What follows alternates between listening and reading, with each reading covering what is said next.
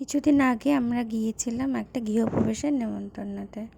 তাই আমরা এইভাবে সেজেগুজে রেডি হয়ে নিজেদেরকে দেখছিলাম। তারপরেই চলে গেলাম সেই বাড়িটিতে। ওদের একটা ফ্ল্যাট ছিলই, তার পাশের ফ্ল্যাটটা ওরা কিনেছিল। এই দেখো কি সুন্দর করে ঠাকুর সাজিয়েছে, তোমাদের দেখাচ্ছি।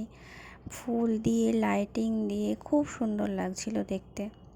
তোমরা একটু প্রণাম করে নাও। আর গৃহপ্রবেশের খাওয়া আমি অনেক দিন খাইনি, অনেক দিন পরে মানে গৃহপ্রবেশের খাওয়া খেতে যাচ্ছি, ভীষণ ভালো লাগছে। তো আমরা চলে এসেছি। যেই ফ্ল্যাটটা ওরা কিনেছিল সেখানেই ব্যবস্থা করেছিল খাওয়ানোর, কারণ সেখানে তো কিছু নেই, মানে কোনো ফার্নিচার নেই, কিছু নেই। তো সেখানেই সবার ব্যবস্থা করেছিল। সবাই চলে এসছে, দেখো সব ঢুকছে আর কি। সেই এখানে ঢুকেই ডাইনিং, তো ডাইনিং আর ড্রয়িং আছে, তো সেখানেই ওরা টেবিল চেয়ার পেতে ব্যবস্থা করেছিল। আরও একটা ঘরে টেবিল চেয়ার পাতা ছিল, তো আমরা সামনেই ড্রয়িংয়েই দেখলাম যে ফাঁকা আছে, তো ওখানেই বসতে বললো দিদি, ওখানেই বসে পড়লাম। আর এই ফ্ল্যাটটার পাশেই পুজো হয়েছিল আর কি। তো বসেই যেটা প্রথমে দিল সেটা হচ্ছে জল আর নানপুরি আর চানা মশলা। তো সেটাই একটু খাওয়ার চেষ্টা করছিলাম, করতে করতেই দেখলাম স্যালাড নিয়ে হাজির হয়ে গেল। পাতে পড়ে গেল স্যালাড আর ভেজিটেবল কাটলেট। তো ভেজিটেবল কাটলেট একটুখানি খেয়েছি, আর পুরিটা খেতে পারিনি, তো সাইডে রেখে দিয়েছিলাম।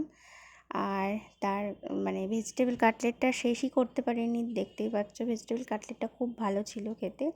তো আমি একটু আয়েশ করে আস্তে আস্তে খাচ্ছিলাম, তো তার মাঝখানেই পড়ে গেল তোমার গোবিন্দভোগ চালের, আমার খুব প্রিয় তোমার হচ্ছে পোলাও। জিভে জল আসছে এখনও। তো পোলাওটাও খেতে খুব ভালো হয়েছিল, বাসন্তী পোলাও। তার মধ্যে দিয়ে গেল স্টাফ পটেটো, যেটা তোমার পুরো পনির দিয়ে ভর্তি ছিল ভেতরটা। ফার্স্ট টাইম খেলাম আমি স্টাফ পটেটো, খুব ভালো লাগলো খেতে। আর তার পাশেই ওটার সঙ্গে সঙ্গেই আর কি দিয়ে গেল ধোকলা। ধোকলাও ভালো লাগে। আর এইটা ছিল ছানার কোপ্তা। ছানার কোপ্তাও আমার ভীষণ ভালো লাগে। নিরামিষ রান্না, কিন্তু আমার নিরামিষ এই আইটেমগুলো সত্যিই খুব ভালো লাগে। আমি অর্ধেক খাওয়া শেষই করতে পারিনি, তার মধ্যেই দিয়ে গেল চাটনি, পাঁপড় আর মিষ্টি দই। তো আজকের মতো এখানেই শেষ করলাম।